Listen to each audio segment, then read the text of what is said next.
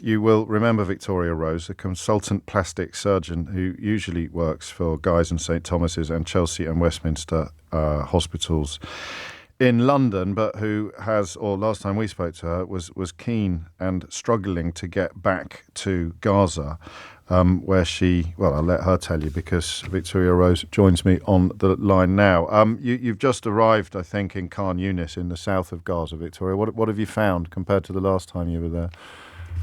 Well, we arrived on Tuesday, and actually, the drive in on the Saladin Road wasn't that different from August. But I think in August, they had already flattened virtually every building in Khan Younis. So really, we were just driving through the same rubble again.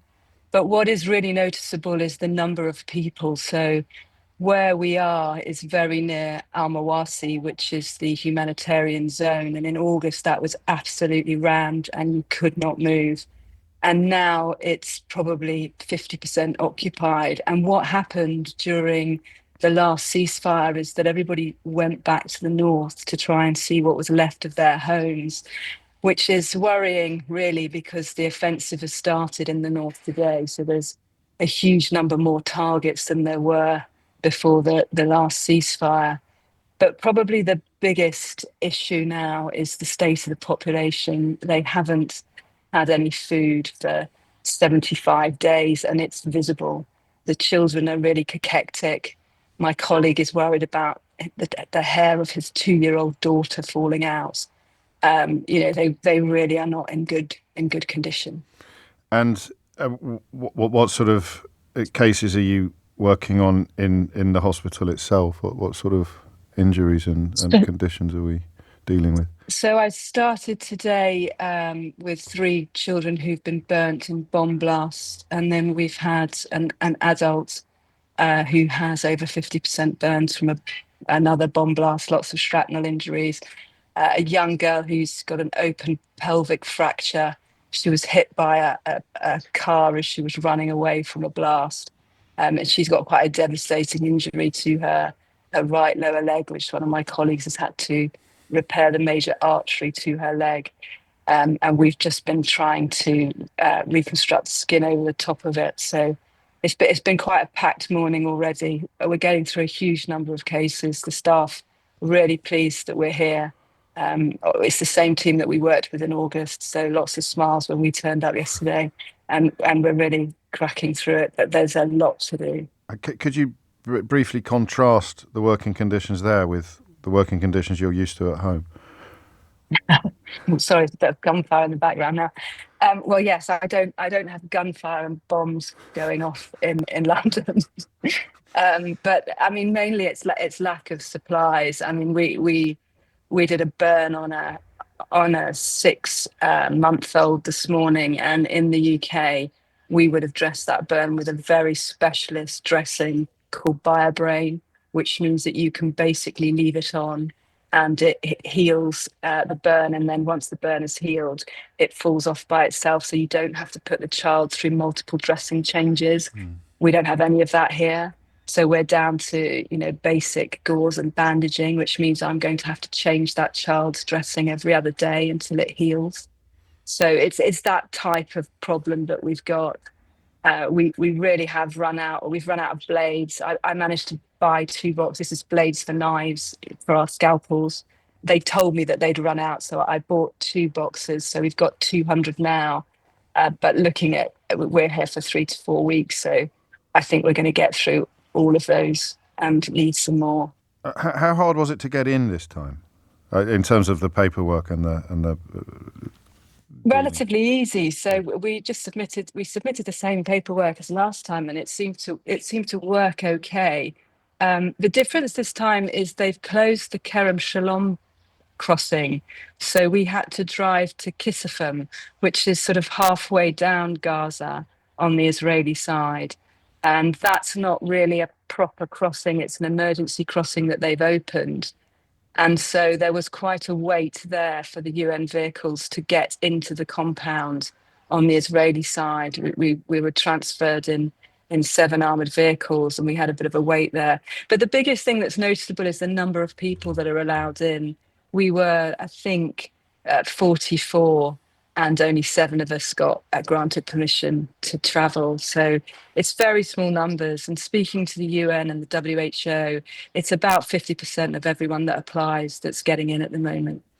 I hope this isn't a silly question, but it's another comparison, if you don't mind. In terms of workload as opposed to working conditions, the speed and the volume of work that you have to do compared to what it would be like in London.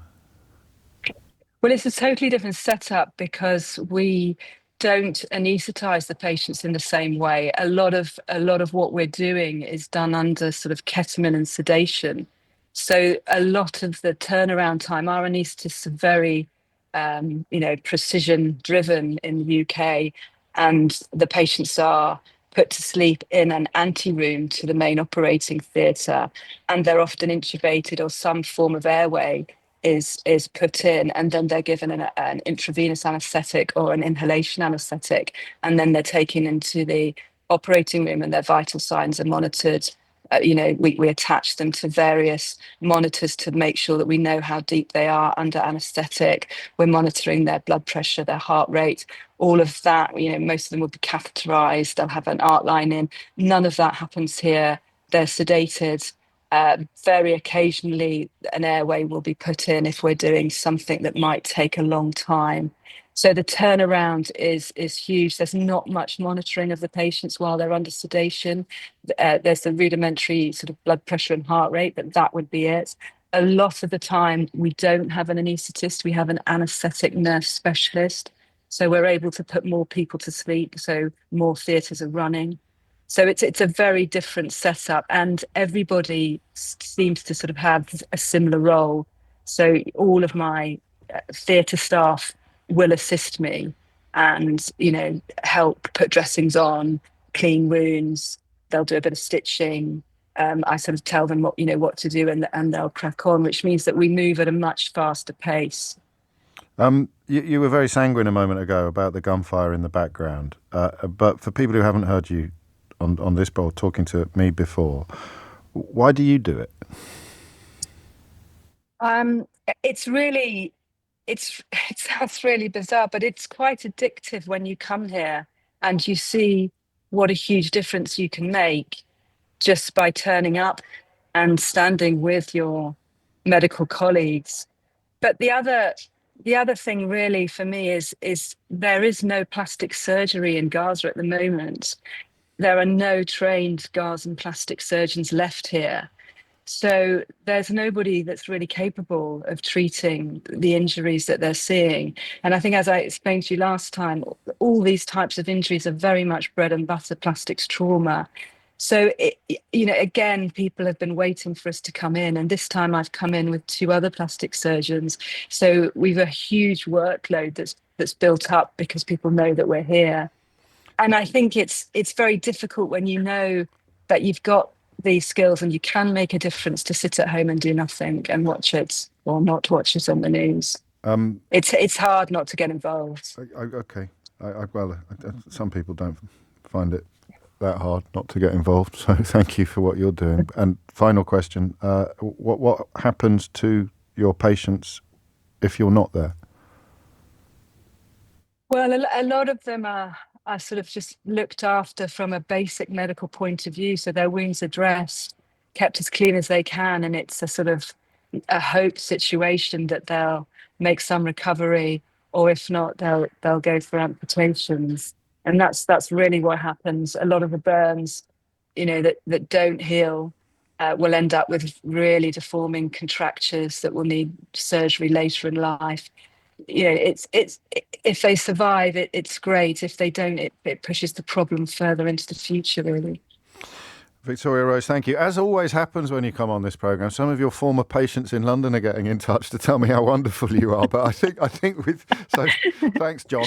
But I think we've already established that. And take care. I think you've stepped out of theatre, have you, to talk to us? I have, yes, I have. I need to go back. Let me detain you no longer, for goodness sake. Victoria, thank you, and do take care. Victoria. Thank you very much. Thank you. Bye-bye. Bye-bye. Consultant plastic surgeon, as you heard, normally Guy's and St Thomas's or indeed Chelsea and Westminster. Westminster Hospital, currently at Nasser Hospital in Khan Younis in South Gaza, and the gunfire being a particularly pertinent moment in that interview because, according to witnesses, it was yesterday that Khan Younis reported airstrikes on the city from early morning, with many bodies being taken to the morgue in the hospital where Victoria is now working, and according to eyewitness reports, some bodies arriving in pieces. Anyone else feeling a little bit inadequate about the shift that you're putting in today? And it's kind of, great, yeah. What did you do today? What an amazing woman. What an incredible thing it is that she does.